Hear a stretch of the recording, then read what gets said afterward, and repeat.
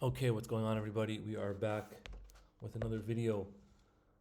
This time we are going to continue to learn the Sefer Yemey Shmuel, which is the daily diary, autobiography of Rabbi Shmuel Horowitz, a very, very famous Breslover Chassid who grew up in Tzfat, the city of Tzfat, in the early 1900s, and his journey from not being Breslov to Breslov and all the other things that happened to it. We are in chapter 65. There's many videos that we have done on this. And we are continuing where he has now met Breslov Chassidim and is becoming closer to Rabbi Nachman and being mainly Breslov. And he spent his first Rosh Hashanah with Breslov Chassidim in Meron at the cave of Rabbi Shimon. And the last video we did discussed what their Rosh Hashanah looked like. And now it's talking about Erev Yom Kippur. They stayed there for Yom Kippur as well. So he says over here, he says on Erev Yom Kippur, more people came to Meron for Yom Kippur from Tzfat, and also the Sheikhet and the Boidik, person who was the Sheikhet from Rosh Pina. He also came for Yom Kippur. And also people came from Haifa. There was a minig from people from Haifa that came every year to Meron for Yom Kippur. And it was a nice, big amount of people. And there was a lot of Yisairis on Erev Yom Kippur at the time that we say Kol Nidre. It's the Tzion of Rabbi Shimon Bar Yochai. Well, it's really Yom Kippur, not Erev Yom Kippur, okay, whatever. And when we say, and also when they said the Maimer, there's an Indian, I think, inside some of the Machzor, and they bring down a piece of Zohar to say, which is Kam Rabbi Shimon. And obviously they were by the cave of Rabbi Shimon, so it was a big deal to read the Zohar there on Yom Kippur.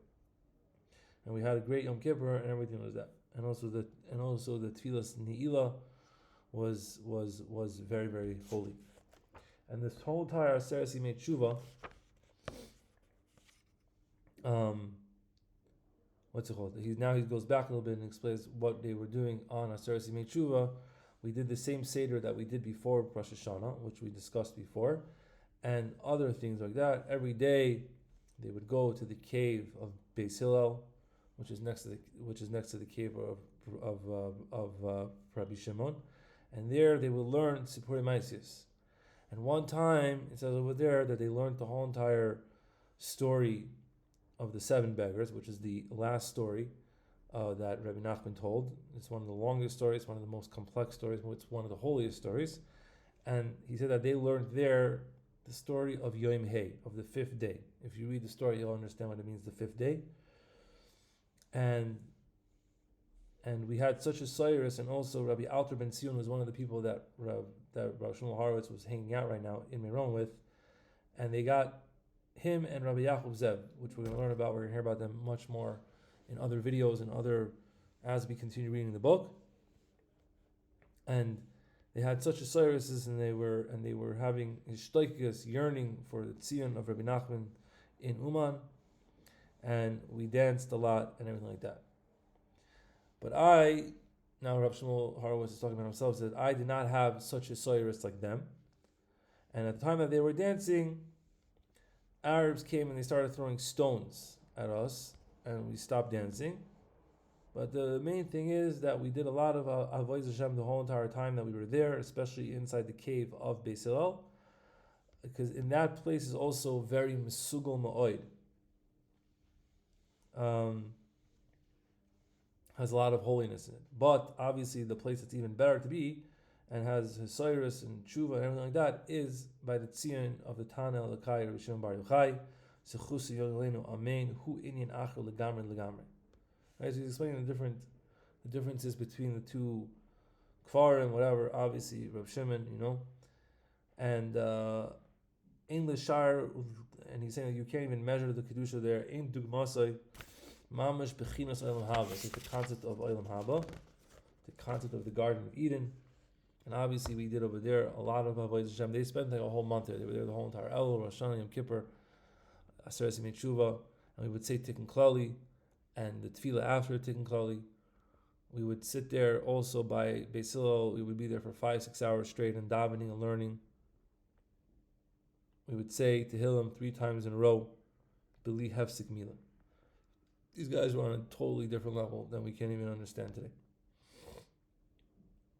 And he says over here, he said, one of the days during Aseres Yemei Tshuva, we sat after eating, me and the Bacher Yaakov Zev. By the way, this Bacher Yaakov Zev came from, he was in Uman, and he moved from Poland, Ukraine, whatever, to Israel.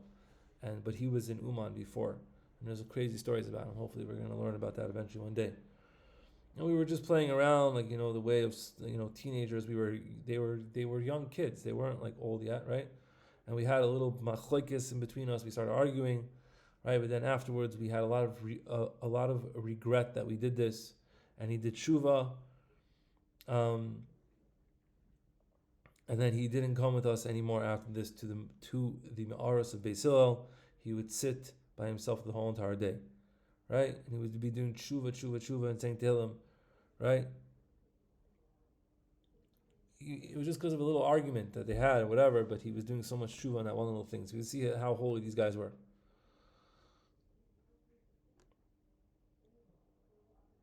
And he said to me, Pshat, from the Baal Shem Tov on the pasuk V'nefesh ki techta. It says in the Torah when a Jewish soul sins, right? So he said, how could it be possible? The Baal Shem Tov says, how could it be possible that the holy soul of a Jew would sin, right? It's chelik alakai mimal. It's from Hashem, right? So the pasuk continues, right? V'shama kol Allah. He doesn't really answer the question. He says, "Hanefesh hari shama es kol mehar Sinai." The soul hears the call, the voice that came from Har Sinai, and he cries a lot, right? And I saw how he would do tshuva just on this little tiny Indian like this, right? Anyway, the point is that we had very beautiful days there at Rav Shimon, and I've never felt like this in my whole entire life. Anyway, after Yom Kippur, we all went back to Tzfat, and I was with them until they went to Yerushalayim for Sukkot. But I stayed, Rabbi Shmuel Horowitz stayed in Tzfat, because that was where his family was, right? And I really wanted to be with them because that's what I would do all my avodas Hashem with them, right? And especially in all the different holy places. But now I'm alone, and I don't have anyone to talk to. And now all the machlokes is going to come back, and all the redifos, he'll making fun of me, right?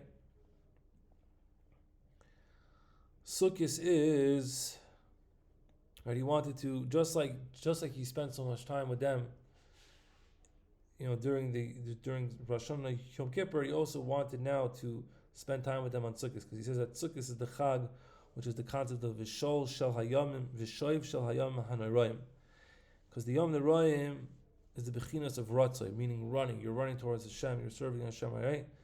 But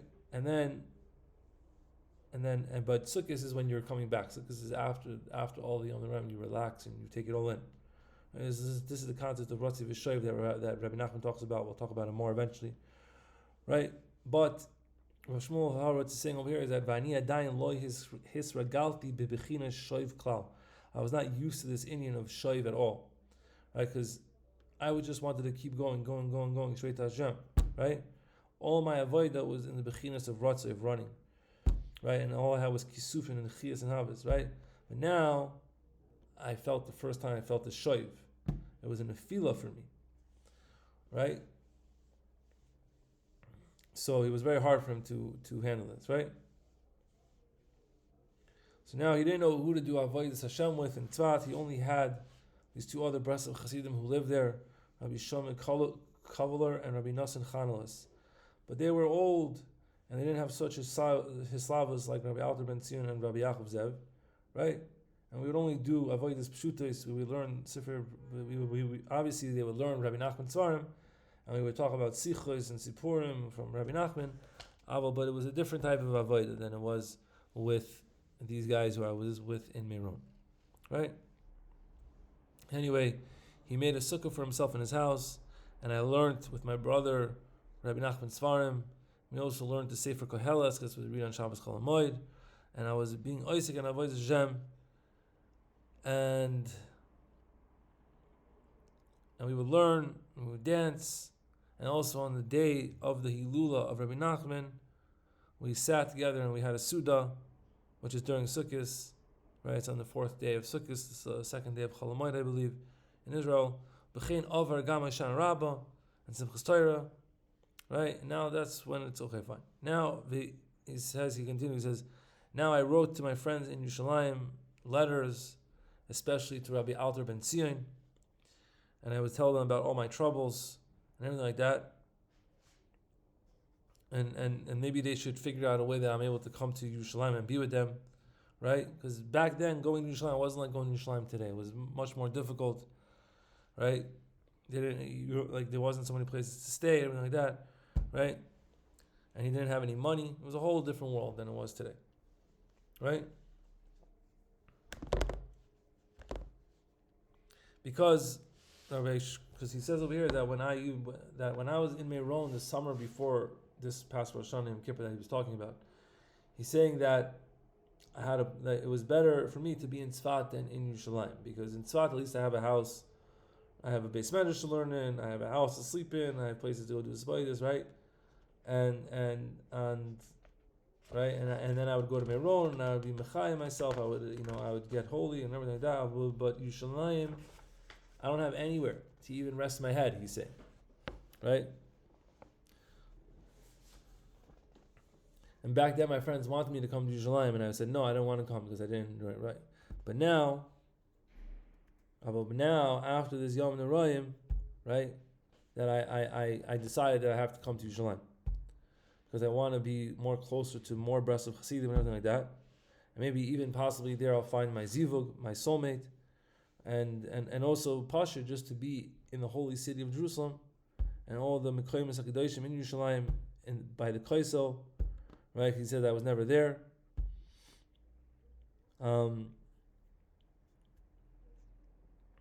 So I worked it out that they should speak with Rabbi Zarach Epstein, who was the Menahel of the Yeshivas Torahs Chaim in Yerushalayim. I think this was a old yeshiva that was in the old city of Yerushalayim, right? And that they should speak to him, that he should have Rahmanas on me and take me into the yeshiva. And then they'll give me a little bit of money, and I'll have a place to, and I'll get a little apartment to sleep, and I'll have this, and I'll have some water and bread, and I'll live life. And that's what he wanted to do. So they started looking, and I spoke to them that they should look for a little room for me, right? And I'm gonna go, and I wrote to them letters, but there was no answer. And I wrote more than a few times, there was no answer. And I asked my other Breslov friends in Tzfat, Rabbi Shlomo Kavaler and Rabbi Nachum Chanelas, and also my uncle Rabbi Avner, that they should write to them, and they should tell them about the Yisurim that I'm having and everything like that. Kilyoin Alpha became Lo Yeshivu Klal. I don't know why they weren't answering, but they were not answering. And every day I would go to the Zikanim, I would go to my friends, these older Breslov Chassidim that we spoke about, to see if they got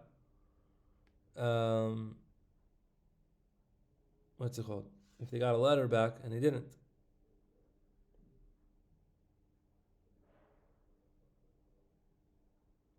And after a few weeks, Baruch Hashem, I got a letter back from Rabbi Alter ben Zion, and he wrote that he was sick.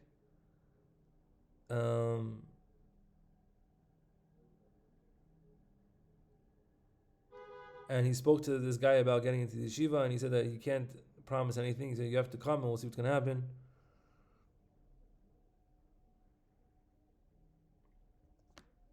And I saw that it wasn't going to be so simple for me. And I think in the next few chapters, he starts moving to Yerushalayim, and then he gets married, and we're going to learn all that. So that is what we're doing today.